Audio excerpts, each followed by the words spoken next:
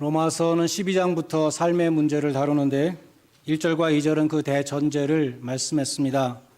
이 세대를 본받지 말고 하나님의 뜻을 순종하는, 그래서 제물의 삶, 산 제사의 삶, 예배의 삶을 살라는 말씀이었습니다. 지난주에 살펴본 3절로 8절 말씀은 주님의 몸된 교회의 지체로서 겸손히 교회를 섬기라고 말씀했습니다. 이어서 오늘 본문의 주제는 사랑입니다. 믿음의 형제들, 곧 성도들 간에 실천해야 될 사랑에 대해서 뿐만 아니라 핍박자와 원수들에게 실천해야 될 사랑까지도 말씀합니다. 오늘 본문에는 어떠한 흐름이 없습니다. 잠언 말씀처럼 사랑을 실천하는 여러 가지 구체적인 내용들이 나열되어 있습니다. 그 중에 몇 가지를 오늘 상고하고자 합니다. 먼저 9절에 보면 사랑에는 거짓이 없다라고 말씀합니다. 거짓이 없다는 것은 원어로 위선이 없다는 뜻입니다. 겉과 속이 다르지 않다는 것입니다. 연극이 아니라는 것입니다. 팀 켈러 목사님은 sincere love와 phony love를 구분했습니다. 진실한 사랑과 거칠의 사랑입니다. 이렇게 설교했습니다. 크리스찬은 다른 사람을 대할 때에 겉다르고 속다르게 행동하면 안 됩니다. 속으로는 경멸하면서도 겉으로는 예의 바르고 따뜻하게 대해서는 안 된다는 것입니다. 교회에서는 그런 가식적인 친절의 문화가 자리 잡기 쉽습니다. 뒤에서는 험담하고 가십하면서도 앞에서는 상냥한 얼굴로 대하는 것입니다. 그러면 우리가 어떻게 좋아하지도 않고 사랑스럽지도 않은 사람을 사랑할 수 있습니까? 복음이 그것을 가능하게 합니다. 복음을 깊이 묵상해야 하는 것입니다. 우리가 본래부터 사랑받을 만한 구석이 있어서 하나님이 우리를 사랑하신 것이 아닙니다. 우리가 아무 매력이 없음에도 예수님이 우리를 위해서 죽으셨기 때문에 우리는 사랑스러운 존재가 된 것입니다. 그것을 깨닫는다면 우리는 회개하는 마음으로 매력적이지 않은 사람을 섬기게 될 것입니다. 오 주님, 이 사람이 나에게 매력적이지 않은 것보다 저는 훨씬 더 주님께 매력적이지 못한 사람이었습니다. 근데 주님께서 그러한 저를 위해서 고난당하시고 죽임을 당하사 저에게 당신의 생명을 주셨습니다. 이러한 복음을 이해하지 못하는 사람은 매력적인 사람을 진심으로 섬길 수 없습니다. 그 사람이 아무리 도덕적이고 훌륭한 인격을 가진 사람이라 할지라도 복음을 모르는 사람은 그렇게 할 수 없다는 것입니다. 복음을 모르는 사람은 두 가지 부당한 일 가운데 하나를 택해야 됩니다. 곧 속으로는 싫어하면서도 겉으로는 나이스하게 대하는 phony love를 택하든지, 아니면 좋아하는 사람에게만 친절하게 대하는 선택적인 사랑을 택하든지 둘 중에 하나를 택해야 하는 것입니다. 그러나 크리스찬은 그리스도께서 우리에게 행하신 그 고귀한 희생을 기억하면서 회개하는 마음으로 사랑을 행하는 사람입니다. 라고 말씀하셨습니다.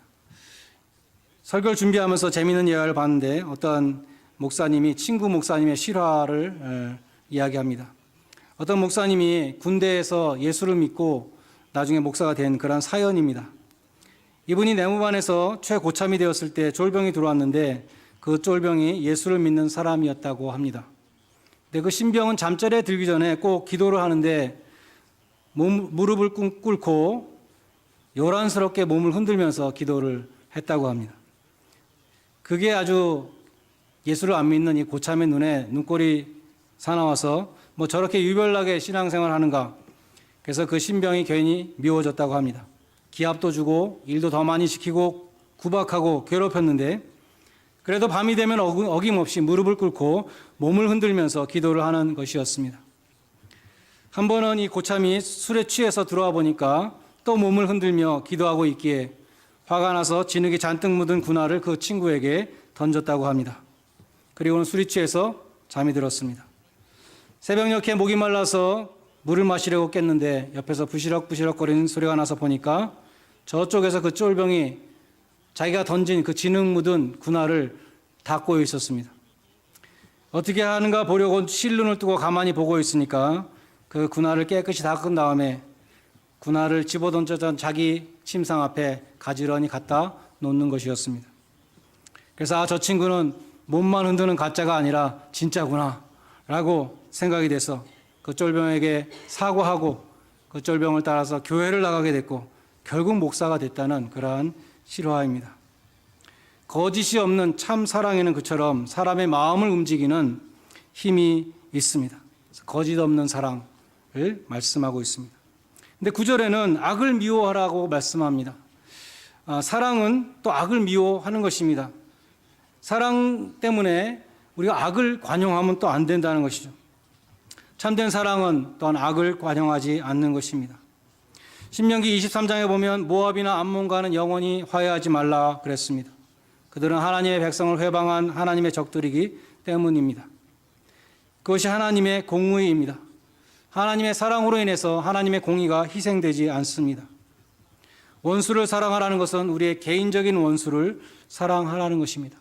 하나님의 원수도 사랑하라는 것이 아닙니다.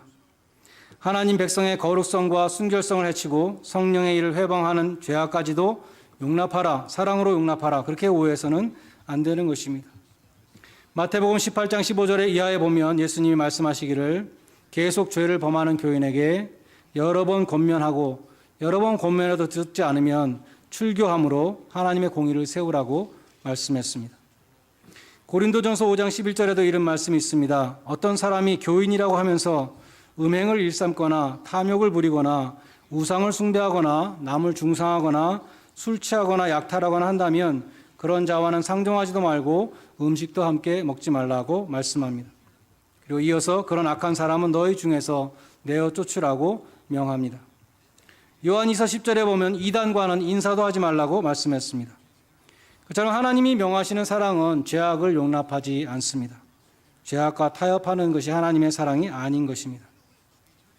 다음으로 오늘 보면 13절에 보면 성도들의 쓸 것을 공급하며 손 대접하기를 힘쓰라 하는 말씀이 있습니다. 진정한 사랑은 성도들의 필요를 구체적으로 공급하는 것입니다. 마음만 도와주는 것이 아니라 물질로도 도와주는 것입니다. 물질이 가는 곳에 마음이 간다 그랬죠. 우리가 물질로 도와주면서 혹은 성도들을 내가 대접하면서 쓸 것을 공급하면서 우리는 주님의 사랑을 실천한다는 것입니다.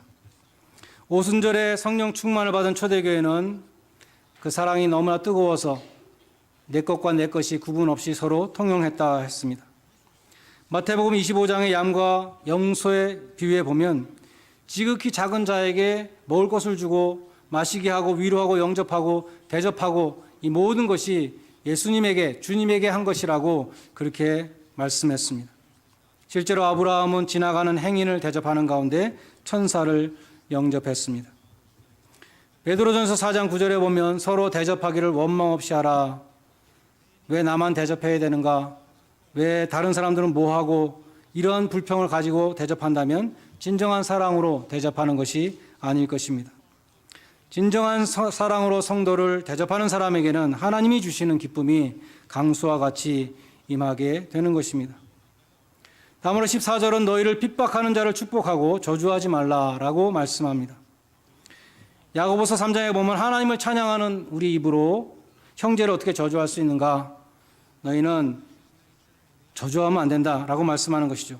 한 입으로 찬송과 저주가 나는도다. 형제들아 이것이 마땅치 아니하니라. 샘이 어떻게 한 구멍으로 단물과 쓴물을 내겠느냐.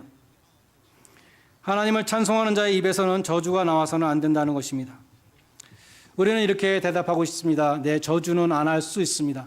그런데 축복을 하기는 굉장히 힘듭니다. 핍박자를 축복하는 것은 정말로 어렵습니다. 예수님은 그러셨죠. 오른뺨을 때리는 자에게 왼뺨을 때리는 자에게 오른뺨도 내어주라. 그것은 인간의 본성에 거슬리는 것인데 거기서 더 나가서 그 사람을 위해서 축복 기도하라. 예수님은 그렇게 말씀하셨습니다. 어거스틴과 같은 훌륭한 성인도 이렇게 말했습니다. 왼뺨을 때리는 사람에게 오른뺨을 돌려대는 것은 할 수 있다. 그러나 그 사람을 사랑하는 것은 정말로 힘들다라고 말했습니다. 핍박자를 축복하는 것은 정말로 힘든 일입니다.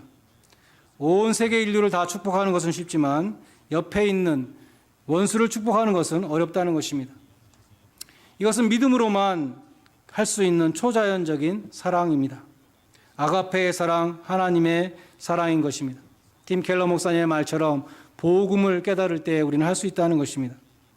예수님이 십자가에서 보여주신 사랑, 자기를 십자가에 못 박는 사람들을 위해서 기도하신 그 사랑인 것입니다. 스데반 집사도 자기를 돌로 치는 자들을 위해서 저들을 용서해달라고 기도하며 순교했습니다. 핍박자와 원수를 위해 기도할 수 있는 것은 하나님의 사랑을 체험한 믿음으로만 가능한 것입니다. 사실 보복하지 말라, 원수를 갚지 말라, 축복만 하고 저주하지 말라, 이 모든 말씀들은 우리 자신들을 위해서 주신 말씀들입니다. 하나님은 우리가 잘 되기를 바라시는 것입니다. 우리에게 힘든 걸 시키려고 이런 것을 명령하신 것이 아니라 우리가 자식들을 잘 되길 바라는 것처럼 우리가 잘 되길 바라기 때문에 하나님이 이렇게 명하셨다는 것입니다. 계시록 13장 10절에 보면 칼로 죽이는 자는 자기도 마땅히 칼에 죽으리라고 말씀합니다. 칼을 쓴 자는 칼로 망하리라. 복수는 또 다른 복수를 부릅니다. 서로 해치는 일이 반복되고 악순환될 때에 평화가 임할 수 없습니다. 창세기 34장에 보면 야곱의 딸 디나가 히위 족속의 추장인 하몰의 아들 세겜에게 강간을 당했습니다. 그 오라비 두 명이 시몬과 레위가 부지 중에 성을 습격해서 하몰과 세겜뿐 아니라 그 성에 있는 모든 남자를 다 죽였습니다. 그래서 멋지게 복수를 한 것입니다. 속이 후련했을 것입니다. 그러나 아버지 야곱은 그 아들들을 책망했습니다. 너희가 화를 불러일으켰다고 했습니다. 147세의 야곱이 임종하면서 12아들을 축복하는데 그 두 아들에게는 저주하는 대목이 있습니다. 그들이 그 분노대로 사람을 죽이고 그 혈기대로 소의 발목에 힘줄을 끊었음이로다. 그 노염이 혹독하니 저주를 받을 것이요 분기가 맹렬하니 저주를 받을 것이라. 분노와 혈기, 노염, 분기 이런 것들은 모두 하나님의 저주를 불러옵니다. 하나님은 우리의 행복과 평안을 원하십니다. 우리가 복받기를 원하십니다. 그래서 우리에게 원수도 축복하라고 명하시는 것입니다. 한을 품고 사는 사람은 마음이 평안할 수 없습니다. 미움을 품고 사는 사람은 그것이 자기의 건강을 해치게 되는 것입니다. 그리고 궁극적으로 하나님의 축복을 빼앗기게 됩니다. 원수도 선대하고 핍박하는 자도 축복하라는 이 말씀에 우리가 순종할 때 우리는 하나님의 큰 축복을 받게 될 것입니다. 다음으로 15절은 즐거워하는 자들과 함께 즐거워하고 우는 자와 함께 울라 말씀합니다. 슬픔은 나누면 반감이 되고 기쁨은 나누면 곱절이 된다는 서양 속담이 있습니다. 동고동락하고 슬픔 당한 가정에 가서 함께 울어줄 수 있어야 하는 것입니다. 그런데 우는 자들과 함께 우는 것이 더 어렵겠습니까? 아니면 웃는 자들과 함께 웃는 것이 더 어렵겠습니까? 다른 사람의 불행을 동정하고 슬퍼하고 눈물 흘리는 것은 쉽습니다. 그러나 다른 사람의 기쁜 일을 진정으로 축하해 주기는 어렵습니다. 전에 보스턴에서 목회할 때 1년 동안 연수 오신 가정이 있었는데 그 부인이 그런 말씀을 한 것이 기억이 납니다. 자기는 시스터들이 굉장히 많다는 것입니다. 많은 여자 형제들이 있는데 그 여자 형제들이 다 골고루 잘 살았으면 좋겠는데 어떤 형제는 아주 잘 살고 어떤 형제는 아주 못 산다는 것입니다. 그래서 명절 때 같이 모이면 분위기도 어색하고 평소에도 서로 우애를 유지하기가 참 힘들다. 그런 얘기하는 것을 들었습니다. 한국에 유명한 형제 목사님들이 있는데 그 형제 목사님들은 또한 서로 사이가 안 좋은 것으로 유명합니다. 어떤 목사 형제든지 형님 교회가 더 크면 별 문제가 없는데 동생 교회가 더 크면 형님이 자존심을 상해하고 사이가 별로 안 좋아진다는 그런 경우가 많다는 것입니다. 한국의 기업들도 형제의 난을 겪는 기업들이 있습니다. 오스카 와일드가 쓴 시기의 악마성이라는 글이 있습니다. 성자가 되기 위해서 리비아 사막을 걸어가고 있는 수도사가 있었습니다. 마귀의 졸개들이 이 수도사를 시험했습니다. 먼저 아름다운 여인으로 유혹해 보았습니다. 이 수도사는 거들떠보지도 않았습니다. 금덩이를 보여주었지만 흔들리지 않았습니다. 두려움이 임하게 했지만 굴하지 않았습니다. 갖가지 방법을 다 써보았지만 이 수도사는 당당히 구도의 길을 가는 것이었습니다. 실패한 졸개들이 좌절하고 있을 때 왕마귀가 나타났습니다. 왕마귀가 말하기를 한심한 놈들 내가 하는 것을 봐라 하고 나섰습니다. 노련한 왕마귀는 수도사의 귀에 딱 한마디 말을 했습니다. 그러자 수도사는 얼굴빛이 변하면서 자리에 주저앉고 말았습니다.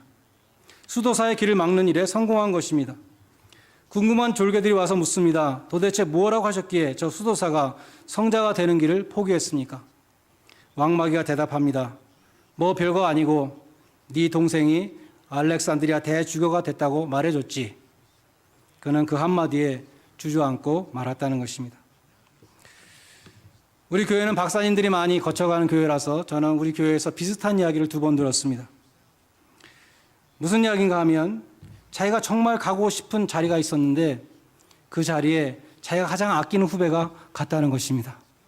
평소에 자기가 멘토링 해주고 그렇게 하면 되겠느냐, 자기가 어드바이스를 해주고 정말 자기가 지도해주던 그 후배가 자기가 가려고 했던 자리를 그 후배가 가는 경우 정말 마음이 힘들었다고 말하는 것을 들었습니다. 이해가 가지 않습니까? 가장 친한 2 친구가 있었는데 노처녀 2이 있었는데 그 노처 중에 한 노처녀가 찰스 황태자한테 시집을 가면 그 나머지 한 노처녀는 기분이 어떻겠습니까? 정말 그 친구에게 I'm happy for you 라고 진정으로 말해주고 축복하는 것이 과연 쉽겠습니까? 그런데 성경에 그런 사람이 나옵니다. 다윗의 친구 요나단입니다. 요나단은 아버지 사울의 뒤를 이어서 이스라엘의 왕이 될 사람이었습니다. 요나단은 용사였고 전쟁에도 능했습니다. 그가 아버지 뒤를 이어서 왕이 되어도 조금도 부족함이 없었습니다. 그러나 요나단은 이상하게도 이스라엘 왕위를 다윗에게 네가 왕이 되어야 된다 이렇게 말하는 것입니다. 아버지 사울 왕이 볼 때 이런 요나단은 정말 정신 나간 아들이었습니다. 그래서 사무엘상 20장 30절에 보면 이렇게 말합니다. 패역부도한 계집의 소생아, 내가 이새의 아들 택한 것이 내 수치와 어미의 벌거벗은 수치됨을 내가 알지 못하느냐. 이새의 아들 다윗이 땅에 사는 동안에 너와 내 나라는 든든히 서지 못할 것이다. 그런즉 이제 사람들을 보내서 그를 내게 끌고 오라. 그는 죽어야 될 자니라 라고 말합니다. 한마디로 이 바보 같은 놈아 정신 차려라 그런 말이었습니다. 과연 요나단은 바보였을까요? 성경을 보면 요나단은 신앙의 사람이었고 그는 항상 하나님을 바라보고 있었습니다. 우리 오늘 마지막 찬양으로 시선이라는 찬양을 불렀는데 요나단은 하나님을 바라보고 있었다는 것입니다. 그가 다윗을 도왔던 것은 단순히 다윗을 사랑해서만은 아니었습니다. 혹은 동성애주의자들이 주장하는 것처럼 다윗과 요나단이 동성애자들이었기도 아니었습니다. 요나단은 주님을 바라보고 있었기 때문에 주님의 뜻을 보고 있었다는 것입니다. 그가 다윗에게 하는 말들을 보면 그가 얼마나 하나님 앞에서 살고 있는 자인 것을 알 수 있습니다. 여호와께서 영원히 너와 나 사이에 계시고 내 자손과 네 자손 사이에 계시리라. 늘 우리 사이에 하나님이 계시고 뿐만 아니라 우리 자손들 사이에도 하나님이 계시다. 항상 하나님을 중심에 놓고 생각하고 하나님께 시선을 고정했습니다. 요한복음 3장 27절에 보면 세례 요한의 제자들이 세례 요한에게 와서 말했습니다. 사람들이 다 예수한테 갑니다. 우리한테 몰려왔던 사람들이 다 예수한테 갑니다. 이 일 어쩜 좋습니까? 시기심이 난 것이죠. 그때 세례 요한이 이렇게 대답했습니다. 하늘에서 주신 바가 아니면 사람이 아무것도 받을 수 없느니라. 다른 사람에게 하나님이 주신 것을 가지고 시기하지 말라는 것입니다. 하나님이 그 사람에게 주신 것인데 왜 내가 그것을 시기해야 합니까? 누구든지 주신 만큼 감당하는 것입니다. 자기 몸에 맞지 않는 옷을 탐내는 것은 죄악된 탐심인 것입니다. 하나님이 저 사람에게는 저런 옷을 입혀주셨고 나에게는 이런 옷을 입혀주셨고 주신 자도 하나님이시오 취하시는 자도 하나님이시고 하나님에게 주권이 있기 때문에 오직 하나님께서 찬송과 경배를 받으시옵소서 우리 욥과 같이 그렇게 믿음으로 고백해야 하는 것입니다. 가인이 그 동생 아벨을 죽인 최초의 살인 사건은 예배 시간에 일어난 시기심으로부터 시작되었습니다. 진정한 사랑은 투기하지 않는 사랑입니다. 즐거워하는 자들로 함께 즐거워하는 것이 진정한 사랑입니다. 마지막으로 오늘 본문은 원수를 친히 갚지 말고 하나님의 진노하심에 맡기라고 말씀합니다. 하나님은 가늠한 여인을 돌로 치려는 무리들에게 죄 없는 사람이 먼저 치라고 말씀하셨습니다. 죄인은 죄인을 심판할 수 없다는 것입니다. 오직 심판주는 하나님 홀로 한 분이십니다. 요나는 하나님의 명령에 불순종해서 매맞고 할 수 없이 니느웨 성으로 들어갔습니다. 그리고 하나님이 전하라고 한 메시지를 외쳤습니다. 그러나 마음속으로는 저 원수 니느웨가 망하기를 간절히 바랬습니다. 그러나 니느웨는 회개하고 망하지 않았습니다. 요나는 하나님께 불평했습니다. 왜 저 원수 니느웨 회개하게 하시고 저렇게 재앙을 내리지 않으십니까? 라고 심히 화를 내었습니다. 하나님이 요나에게 답변하셨습니다. 저 성에 좌우를 분별하지 못하는 12만 명의 백성들이 있는데 내가 어찌 그들을 아끼지 않겠느냐. 우리는 천벌을 내려달라고 요구할 자격이 없습니다. 우리는 사랑만 하고 축복만 하고 악을 손으로 갚는 그 일을 평생 한다 할지라도 우리가 하나님께 받은 그 1만 달란트의 사랑의 빚을 다 갚을 수 없다는 것입니다. 그래서 너희는 선을 행하고 심판은 하나님께 맡기라고 말씀하고 있습니다. 알프레드 플러머라는 사람이 선과 악의 상관관계를 멋있게 표현한 것이 있습니다. 나에게 선을 행하는 사람에게 악으로 갚는 것은 악마의 방법이다. 그리고 선을 선으로 갚고 악을 악으로 갚는 것은 바리새인의 방법이다. 그러나 악을 선으로 갚는 것은 하나님의 방법이다 라고 말했습니다. 사랑과 존경, 우애와 섬김, 축복, 오늘 이 말씀 가운데 우리가 순종함으로 여러분의 가정과 우리 교회에 주님의 크신 은혜가 임하기를 간절히 축원드립니다. 기도하시겠습니다.